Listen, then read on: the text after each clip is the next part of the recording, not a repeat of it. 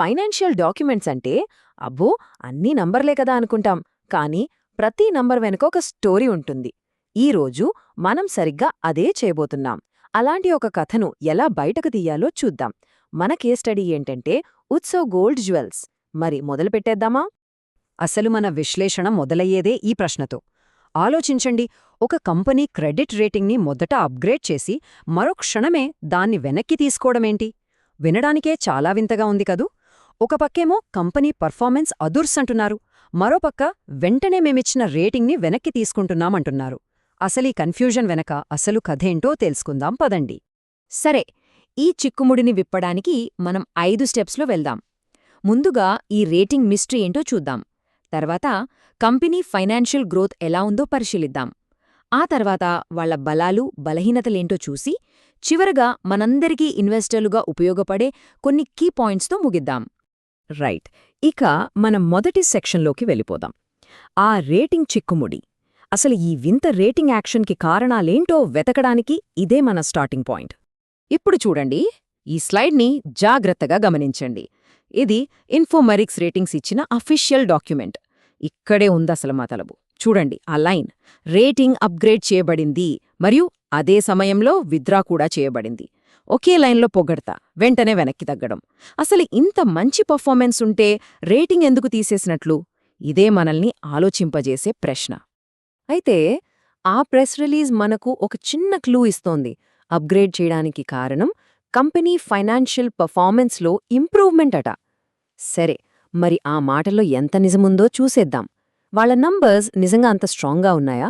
పదండి, ఆ నంబర్స్ లోతుల్లోకి ఒకసారి వెళ్ళి చూద్దాం. ఓకే, ఇప్పుడు మనం కథలో గుడ్ న్యూస్ పాటుకొచ్చాం. ఈ సెక్షన్లో మనం ఉత్సవ్ గోల్డ్ జ్యువెల్స్ అద్భుతమైన ఫైనాన్షియల్ నంబర్స్ మీద ఫోకస్ చేద్దాం. వావ్! ఒక్కసారిది చూడండి.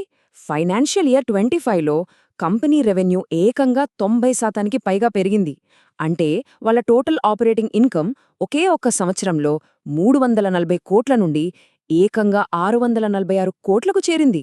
ఇది మామూలు గ్రోత్ కాదు, దీన్నే ఎక్స్ప్లోజివ్ గ్రోత్ అంటారు. ఈ గ్రోత్ అనేది ఏదో ఒక్క సంవత్సరానికే ఆగిపోలేదు. గడిచిన 5 ఏళ్లుగా చూసుకుంటే వాళ్ల ప్రాఫిట్స్ యావరేజ్గా ప్రతి ఏటా 65.3% చప్పున పెరుగుతూ వచ్చాయి. అంటే ఇది చాలా స్ట్రాంగ్, సస్టైనబుల్ ప్రాఫిటబిలిటీని చూపిస్తోంది. ఈ బార్ చార్ట్ చూస్తే ఆ గ్రోత్ ఎంత డ్రమాటిక్గా ఉందో మనకి క్లియర్గా అర్థమైపోతుంది.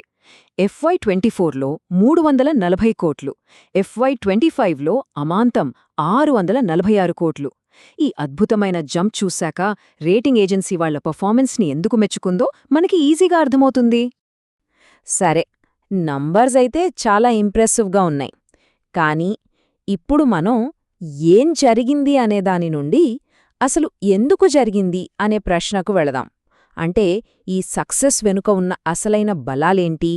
ఈ సూపర్ ఫైనాన్షియల్ పర్ఫార్మెన్స్ వెనుక కొన్ని కీలకమైన బలాలున్నాయని ఆ క్రెడిట్ రిపోర్ట్ చెప్తోంది. ఫర్ ఎగ్జాంపుల్, ప్రమోటర్లకు ఒక దశాబ్దానికి పైగా ఎక్స్పీరియన్స్ ఉంది, హోల్సేలర్లు, రీటైలర్లతో మంచి సంబంధాలున్నాయి, అండ్ అప్పుల విషయంలో కూడా చాలా జాగ్రత్తగా ఉన్నారు. ఇవన్నీ వాళ్ల సక్సెస్కి ఫౌండేషన్ లాంటివి. ఈ బలాల్లో ఒకటి వాళ్ల క్యాపిటల్ స్ట్రక్చర్. దీని అర్థం చేసుకోవాలంటే ముందు మనం ఓవరాల్ గేరింగ్ అనే పదాన్ని చూద్దాం. సింపుల్గా చెప్పాలంటే ఇది ఒక కంపెనీ తన ఆస్తులతో పోల్చుకుంటే ఎంత అప్పు చేసిందో చూపిస్తుంది. ఈ రేషియో ఎంత తక్కువుంటే కంపెనీకి రిస్క్ అంత తక్కువన్నమాట. ఉత్సవ్ ఈ విషయంలో చాలా బాగా చేసింది. వాళ్ల గేరింగ్ రేషియో 2.15 నుండి 1.04కి తగ్గింది. దీని అర్థమేంటంటే వాళ్లు తమ అప్పుల భారాన్ని చాలా ఎఫెక్టివ్గా తగ్గించుకుంటున్నారు. ఇది కంపెనీ ఫైనాన్షియల్గా ఎంత స్ట్రాంగ్ అవుతుందో చెప్పడానికి ఒక మంచి ఇండికేటర్. అయితే ఒక కథలో ఎప్పుడూ మంచి మాత్రమే ఉండదు కదా. ప్రతి నాణ్యానికి మరోవైపున్నట్లే ఉత్సవ్ కథ కూడా అద్భుతంగానే ఉన్నా వాళ్లు ఎదుర్కొంటున్న ఛాలెంజెస్ ఏంటో కూడా మనం చూడాలి. ఇదొక రియాలిటీ చెక్ లాంటిది. ఇక్కడ మనం కంపెనీ కంప్లీట్ పిక్చర్ని ఒకే చోట చూడొచ్చు.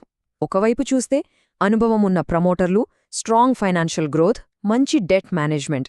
మరోవైపు చూస్తే మార్కెట్లో విపరీతమైన పోటీ, వర్కింగ్ క్యాపిటల్ అవసరాలు, అలాగే గవర్నమెంట్ రెగ్యులేషన్స్ వల్ల వచ్చే రిస్కులు. అందుకే ఒక బ్యాలెన్స్డ్ వ్యూ అనేది చాలా ఇంపార్టెంట్. వాళ్ల ముందున్న అతిపెద్ద సవాళ్లల్లో ఒకటి కాంపిటీషన్. మనందరికీ తెలుసు, ఇండియన్ జ్యువెలరీ మార్కెట్ ఎంత కాంపిటేటివ్గా ఉంటుందో. ఇక్కడ పెద్ద పెద్ద బ్రాండ్స్తో పాటు గల్లీ గల్లీలో లెక్కలేనన్ని చిన్న లోకల్ షాపులు కూడా ఉంటాయి. ఇలాంటి పోటీలో నిలబడటం నిజంగా అంత ఈజీ కాదు. ఈ కాంపిటీషన్ ఎంత పెద్దదో అర్థం చేసుకోవాలంటే ఈ నంబర్స్ చూడండి. ముందుగా మార్కెట్ క్యాప్ అంటే ఏంటో సింపుల్గా చెప్తాను. ఇది ఒక కంపెనీ టోటల్ షేర్ల విలువ. దీన్ని బట్టి మార్కెట్లో ఆ కంపెనీ సైజ్ ఎంతో తెలుస్తుంది. ఇప్పుడు చూడండి, ఉత్సవ్ మార్కెట్ క్యాప్ సుమారు 575 కోట్లు. కానీ అదే ఇండస్ట్రీలో ఉన్న king Titan company market cap ఎంతో తెలుసా? ఏకంగా 4 లక్షల కోట్ల రూపాయలకి పైనే. ఈ ఒక్క నంబర్ చాలు ఉత్సవ్ ఎంత పెద్ద దిగ్గజాలతో పోటీ పడుతుందో అర్థం చేసుకోవడానికి. ఓకే, ఇప్పటివరకు మనం ఉత్సవ్ కథను చూసాం. ఇప్పుడు ఈ మొత్తం విశ్లేషణ నుండి మనం నేర్చుకోవాల్సిన ప్రాక్టికల్ లెసన్స్ ఏంటో చూద్దాం. ఇవి ఏ కంపెనీనే అనలైజ్ చేయడానికైనా ఉపయోగపడతాయి. ఈ మొత్తం అనాలిసిస్ నుండి మనం 3 సింపుల్ స్టెప్స్ నేర్చుకోవచ్చు. 1. కేవలం హెడ్లైన్ చూసి వదిలేకండి, దాని వెనుక ఉన్న ఎందుకు అనేదాన్ని వెతకండి. 2. ఎప్పుడూ ఒకే వైపు చూడొద్దు, బలాలు బలహీనతలు రెండింటినీ బేరీజు వేయండి. ఇక 3వది చాలా ముఖ్యమైనది, ఆ కంపెనీ ఏ ఇండస్ట్రీలో ఉందో అర్థం చేసుకోండి. కాంటెక్స్ట్ లేకుండా అనాలిసిస్ కంప్లీట్ అవ్వదు. ఈ 3 స్టెప్స్ ఒక మంచి అనాలిసిస్కి బేస్ లాంటివి. సరే, అంతా బానే ఉంది కానీ చివరిగా మనం మొదటి ప్రశ్నకు వద్దాం. అసలు రేటింగ్ ఎందుకు అప్గ్రేడ్ చేసి వెంటనే విత్డ్రా చేశారు? ఖచ్చితమైన కారణమైతే మనకు తెలీదు. బహుశా వాళ్ళు వేరే ఏజెన్సీ దగ్గర బెటర్ డీల్ చూసుకుని ఉండొచ్చు, లేదా రేటింగ్ ఫీజు విషయంలో ఏమైనా తేడాలొచ్చుండొచ్చు. కారణం ఏదైనా కానివ్వండి, ఆ ఒక్క వింత ప్రెస్ రిలీజ్ మనల్ని ఇంత లోతైన అనాలిసిస్ చేసేలా చేసింది. ఇది మనకు ఏం నేర్పిందంటే, ప్రతి నంబర్ వెనుక, ప్రతి హెడ్లైన్ వెనుక ఖచ్చితంగా ఒక కథ ఉంటుంది. ఇప్పుడు అసలు ప్రశ్నేంటంటే, మీరు చదవబోయే నెక్స్ట్ ఫైనాన్షియల్ రిపోర్ట్లో ఎలాంటి కథను బయటకు తీయబోతున్నారు?